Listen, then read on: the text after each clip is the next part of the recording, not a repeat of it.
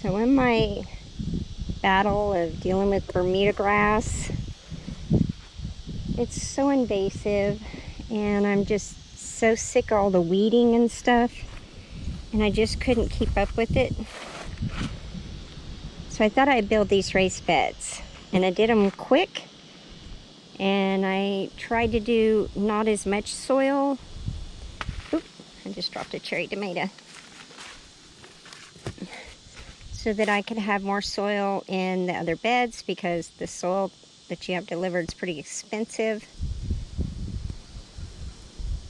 And when it rained so much, these flooded. Look at the stink bugs now.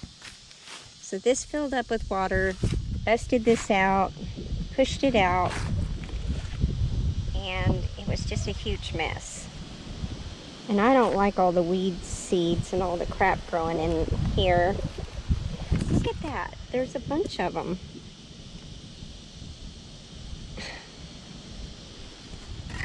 Those things will sit there and chew your plants up. You deal with something always. There's always going to be pests. That's why that greenhouse over there is going to be nice, because then I won't have to fight the pests like that. But for my outdoor market garden, I'm going to rebuild these a little bit different. What I thought I would do is take these two end panels, these two front ones, or side panels off, not end, and I will shovel out a good chunk of the soil, and I will rebrace some of the low areas on the sides and in here, and then I'll rebuild them. And I actually put that on backwards, but that one probably just needs to be removed and replaced with a stronger panel. Then I'll rebuild them with more soil, make them stronger, and then they'll be ready for next year for the market garden, because I'm still going to do the market garden. But you learn from your mistakes. You make mistakes in gardening. It's just a fact of life. Nobody can just walk out, plant a 1 acre garden, and everything goes smooth and perfect. It's just not a reality. I try. Make mistakes, and I show my mistakes. Then you guys don't learn. Then you don't make the same mistakes I did. But it's a growing and learning process.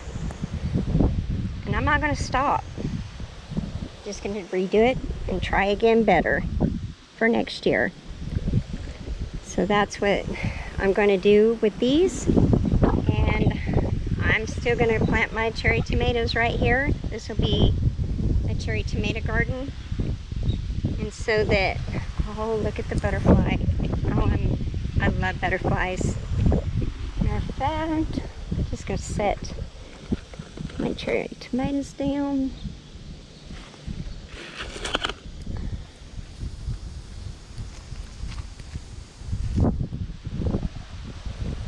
Oh, look at it. It's not a monarch. There was a monarch in here earlier, but that's a beautiful butterfly. I'm so happy to see those. There's some tomatoes in here. Oh, yum. Oh my gosh. I love tomatoes.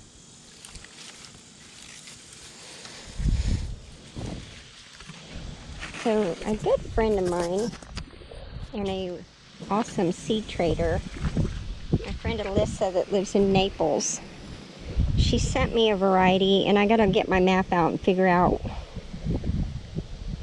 what is growing in each of these raised beds, because I didn't keep track, to be honest. I wrote it down, and then a few of the varieties did not look like what they were supposed to be. And I gotta pull that big old weed out. Anyway, she gave me a variety called Everglades. Man, I love that one. But yeah, I'm gonna come here, and I am definitely going to redo these, make them more full of dirt, have the holes in the bottom so that the water will drain and it won't flood, and the Bermuda won't get in because I'm on the what do you call it? Tarps. Oh, heck yeah, little afternoon delight.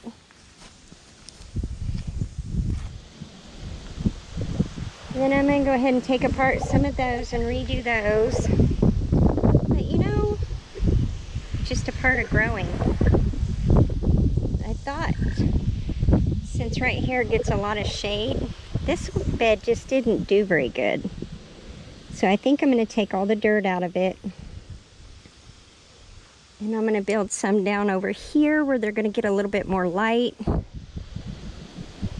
And then just have this little area opened up.